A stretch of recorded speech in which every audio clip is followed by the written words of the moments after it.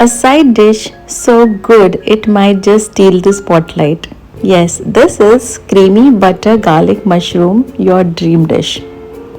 So first we'll start by taking button mushrooms and then washing them thoroughly with salt and some vinegar.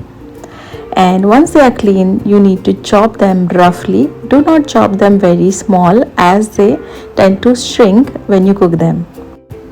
Now we'll take an onion and chop it finely like this. You can cut it with like this with a knife, or you can use a chopper for this purpose. Then this is fresh garlic and you need to chop them very fine. Do not crumble them or just press them. You need to chop them in fine pieces. After that, take a big pan. In that, add some butter. Here I have added around 2 tablespoons of butter. You can see, you can add some oil also so that the butter don't burn. That's a trick. And then you need to add the chopped garlic. Give it some time and you need to fry the garlic on the small flame so that it doesn't burn. Now it's time to add the onion.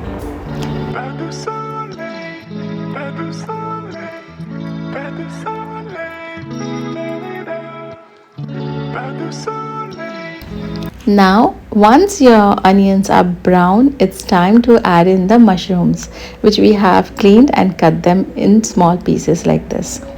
So you can see the mushrooms after some time are going to release some water. See, you don't have to add even a drop of water here. Mushroom has sufficient water into it, so they are going to release the water and cook within itself. This, what you can see, the white powder is all purpose flour or maida. Just add 1 tablespoon of maida, drizzle it and then let it cook. Give it some time, give it some heat. The mushrooms are going to cook very quickly. Just cook everything on a low flame. You need to add around 1 cup of water. This water we have added because we have added in some maida and the mushrooms are there. Also, we need to make a little bit of gravy. We don't need this very thick. That's the reason we have added 1 cup of water. Now I have added sugar and some black pepper. This is oregano and this is parsley, or if you have coriander leaves you can cut them and just put in. And you need to add a bit of salt to it, and this is a grated cheese.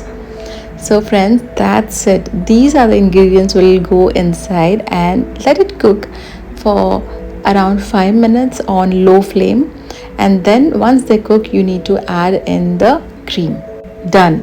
How much ever thickness of gravy you want, you can stop the flame that time. Since you have added maida to it, it is going to be thick. This recipe is perfect for pairing with bread, pasta, or even you can treat it standalone. So come on, let's quickly make a corn fried rice. Again we have added a butter to a pan and some chopped garlic.